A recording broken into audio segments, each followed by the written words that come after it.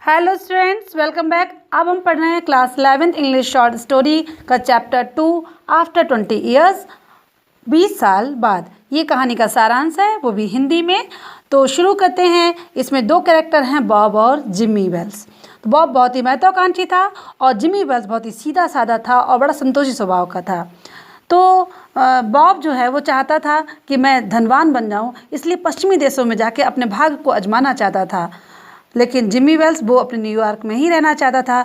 तो जाने से पहले, बिछड़ने से पहले उन दोनों मित्रों ने एक साथ बिग जो ब्रडी रेस्टोरेंट में उन्होंने डिनर किया और इसके बाद में उन्होंने कहा कि ठीक 20 वर्ष बाद हम लोग इसी जगह पर, इसी समय पर यहाँ पर आकर मिलेंगे, फिर देखेंगे किसने कितना क्या प्रगति की।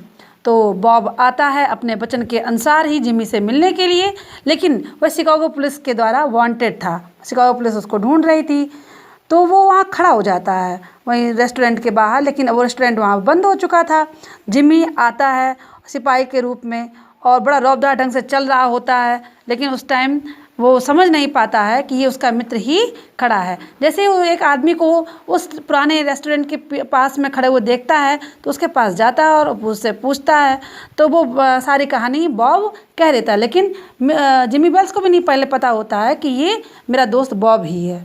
तो वो जैसे ही दिया सलाई जलाकर, तीर जलाकर अपना सिगार सुलगाता है ये बॉब जो, तो प्रकाश में उस सिपाही जो था वो देख लेता है और उसका चेहरा पहचान लेता है कि ये तो शिकागो पुलिस के द्वारा ये इसकी खोज हो रही है। दोनों लोग आपस में बात करते हैं। जब जिमी ने बॉब का चेहरा पहचान लिया कि वही आदमी है, तो वो सोचने लगता है कि अपने कर्तव्य का पालन किया जाए कि पहले मित्रता का। तो लेकिन वो कर्तव्य उसकी मित्रता से पहले आता है। तो वो अपना कुछ बिना कहे उससे कहता है कि चलिए घड़ी में टाइम हो रहा है और तुम अपना मित्र के इंतज़ार करो और मैं चलता हूँ।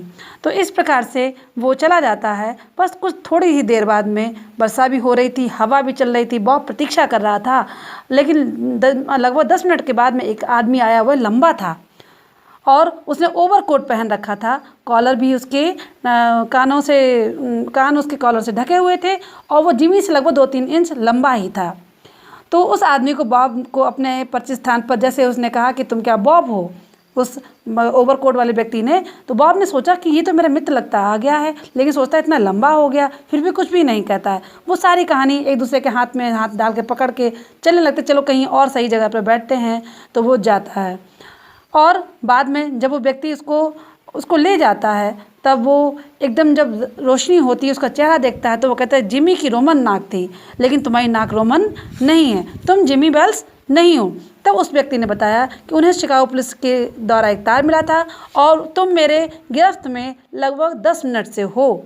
तब वो एक जिमी का लिखा हुआ पत्र बॉब को देता है। वही व्यक्ति कहता है कि तुम्हारा मित्र जिमी तुमसे मिलने आया था, लेकिन जैसे ही तुमने सिगार जलाई और उसने तुम्हारा चेहरा देखा तो उसने पहचान लिया कि शिकागो पुलिस को तुम्हारी ही तलाश है और वह, लेकिन मित्रता के कारण वो तुमको गिरफ्तार नहीं कर सका। तो वो सादी वर्दी में उसने मुझे भेजा है तुमको गिरफ्तार करने के लिए। उसने अपनी मित्रता भी निभाई और अपना फ़र्ज़ भी।